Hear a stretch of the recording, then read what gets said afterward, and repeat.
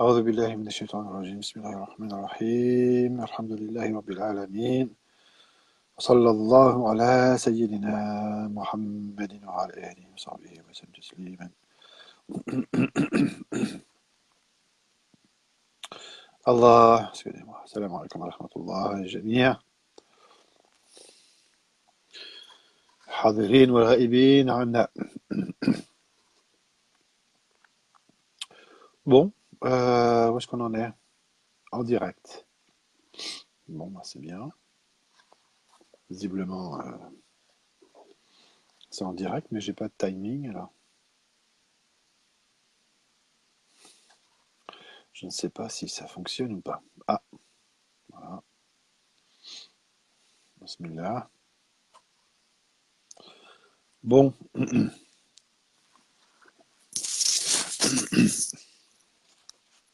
est-ce que ça fonctionne en direct?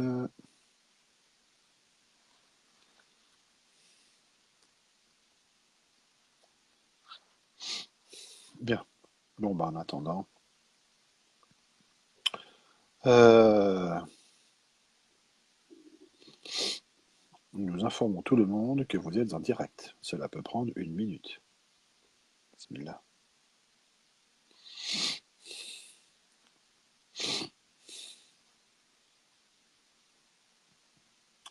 Alors, je vais reprendre un petit peu là. Ce n'est pas à dire, bien entendu, que le terme ruh ne soit pas pris parfois comme pas pris parfois dans des acceptions plus particulières comme le mot esprit entre guillemets ou ses équivalents plus ou moins exacts dans d'autres langues. C'est ainsi que dans certains textes coraniques notamment, on a pu penser qu'il s'agissait soit d'une désignation destinée à Jibraïl, Gabriel, soit d'un autre ange à qui cette dénomination de Ruh serait appliquée plus spécialement. Et tout cela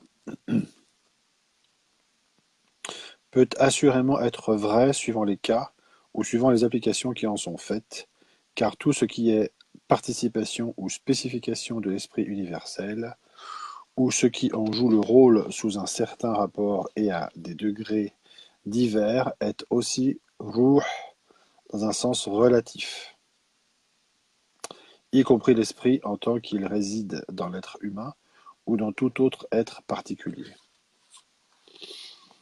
Cependant, il est un point auquel beaucoup de commentateurs exotériques semblent ne pas prêter une attention suffisante. Lorsque, lorsque Ar-Ruh est désigné expressément et distinctement à côté des anges, Al-Malaïka, par exemple dans la sourate Al-Qadr, Tanazzalul malaikatu war-ruhu fiha, comment serait-il possible d'admettre que, en réalité, il s'agisse simplement de l'un de ceux-ci, c'est-à-dire de l'un des anges? L'interprétation ésotérique est qu'il s'agit alors de Sena Métatron, le Métatron de la Kabbale hébraïque. Cela permet d'ailleurs de s'expliquer l'équivoque qui se produit à cet égard, puisque Métatron est aussi représenté comme un ange, bien que, étant au-delà du domaine des existences séparées, il soit véritablement autre chose et plus qu'un ange. Et cela, du reste, correspond bien encore au double aspect du Barzakh. Bon, je sais pas, j'ai l'impression qu'il y a un problème technique, donc je vais. J'ai l'impression que ça ne fonctionne pas. Si ça fonctionne, je sais pas trop. Nous informons tout le monde que vous êtes en direct, ça va prendre une minute. Bon, alors. Bon, moi je vais continuer. Inch'Allah. Une autre interprétation qui concorde entièrement avec cette interprétation est celle-ci. Deux points. Dans la figuration du trône, Al-Arsh, virgule, Al-Ruh est placé au centre. Et cette place est effectivement celle de Métatron.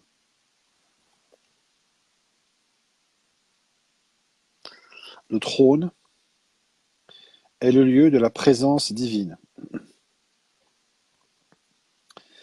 c'est-à-dire de la Shekinah, donc présence divine, Shekinah. Ça, c'est important à retenir. Ah, quelqu'un est en train de regarder. Marhaban. Ah, il s'en va. Bon. Le trône est le lieu de la présence divine, c'est-à-dire de la Shekinah, qui, dans la tradition hébraïque, est le parèdre, ou l'aspect complémentaire, parèdre, ou l'aspect complémentaire de Métatron. Donc, association, tous deux aspects complémentaires de Shekinah et Métatron, ou Shekinah et Métatron. D'ailleurs, on peut même dire que d'une certaine façon, Ar-Ruh s'identifie au trône même, car celui-ci, entourant et enveloppant tous les mondes, d'où l'épithète El-Muhit qui lui est donnée, entre parenthèses, coïncide par là avec la circonférence première dont nous avons parlé plus haut.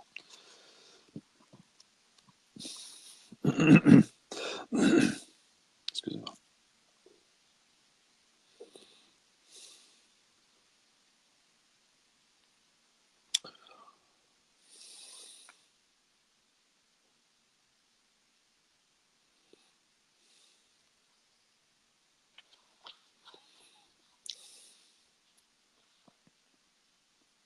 Note.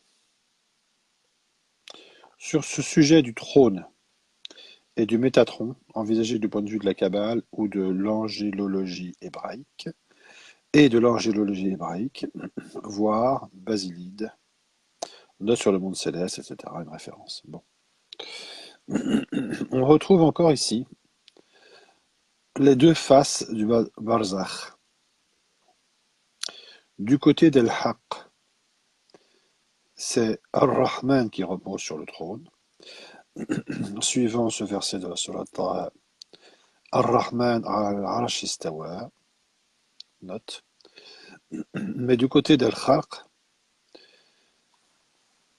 il n'apparaît en quelque sorte que par réfraction à travers Ar-Ruh, ce qui est en connexion directe avec le sens de ce hadith. Celui qui me voit, celui-là voit la vérité. Man ra'ani faqad ra'a al-haq.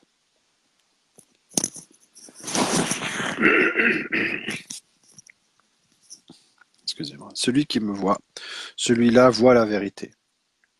Man ra'ani faqad ra'a al-haq. C'est là, en effet, le mystère de la manifestation prophétique. Note. On peut remarquer que par là se rejoignent d'une certaine façon la conception du prophète, sallallahu alayhi wa sallam, et celle de l'avatara, qui procèdent en sens inverse l'une de l'autre, la seconde partant de la considération du principe qui se manifeste, tandis que la première part de celle du support de cette manifestation. Entre parenthèses, et le trône est aussi le support de la divinité. Donc vous voyez là, un ensemble de considérations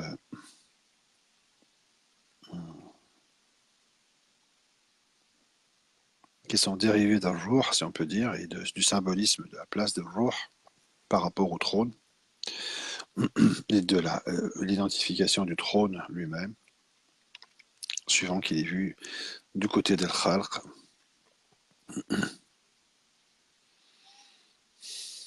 ou pas, et ensuite sous le rapport de la manifestation prophétique. Et l'on sait que, suivant la tradition hébraïque également, Métatron est l'agent des théophanies et le principe même de la prophétie. Voir Le Roi du Monde, page 30 à 33. Ce qui est exprimé en langue islamique, on y vient, revient à dire qu'il n'est autre que Ar-Ruh al-Muhammadiyya. en qui tous les prophètes et les envoyés divins ne sont qu'un, et qui a, dans le monde d'en bas, son expression ultime dans celui qui est leur sceau, Khatam el-Anbiya'i wal-Mursalin, c'est-à-dire qu'il est réuni en une synthèse finale qui est le reflet de leur unité principielle dans le monde d'en haut, entre parenthèses, où il est al-awwalu khalqillah,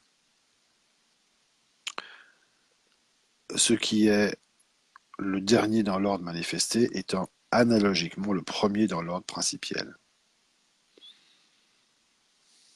Donc l'application de la loi d'analogie inverse, qu'on a déjà évoquée.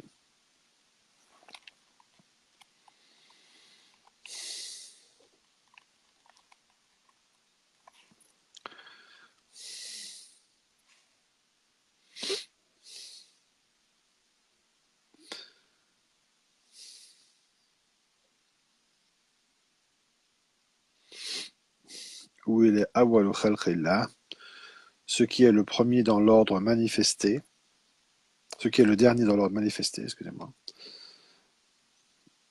étant analogiquement le premier dans l'ordre principiel, et qui est ainsi le Seigneur des premiers et des derniers. Sayyid al-awwalina wal-akhirin. C'est par là, et par là seulement, que peuvent réellement être compris,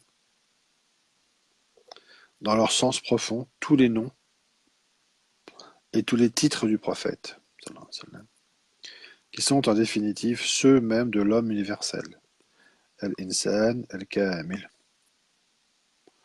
totalisant finalement en lui tous les degrés de l'existence, existence avec un E majuscule, comme il les contenait tous en lui dès l'origine. Alayhi salatu rabbil arshi dawman, virgule, que sur lui la prière du Seigneur du trône soit perpétuellement. Alhamdulillahi rabbil alamin. Bon, voilà, donc on peut prendre toutes ces notions là comme ça, un petit peu telles que, en sachant que, Inch'Allah, on pourra les revoir sous un autre éclairage, notamment tout ce qui touche, tout ce qui concerne Métatron, qui est ici mis en avant, si on peut dire, de manière un peu inattendue, si on peut dire. Bien. Euh, J'hésite à traiter, à lire les notes, le chapitre suivant, notes sur l'angélologie de l'alphabet arabe, bien que ce soit passionnant, parce que ça me semble un peu difficile comme ça à l'oral.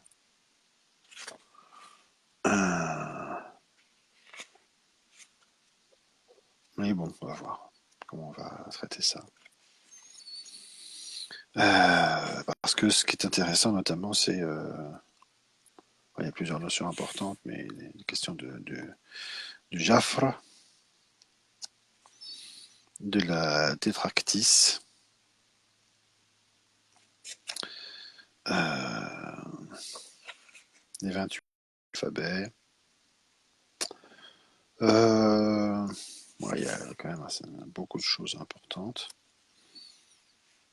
Je vais voir comment on peut traiter ça. Peut-être qu'il faut que je fasse un petit support écrit. Inch'Allah, préalablement.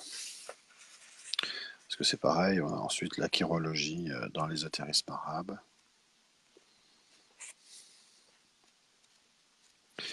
Et le but de ces lectures étant initialement et toujours de répondre à certaines questions qui sont posées. On va arrêter là ce soir. Inch'Allah, Allahumma salli afdal salatin ala as'adi makhluqatika sayyidina Muhammadin wa ala alihi wa sahbihi wa sallim adadan midada kalimatika kullama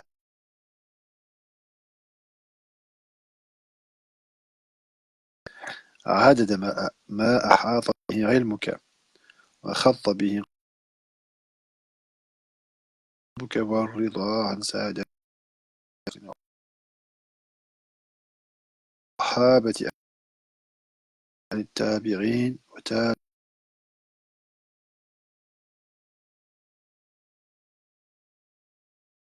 وأولياء وإخواننا وأولياء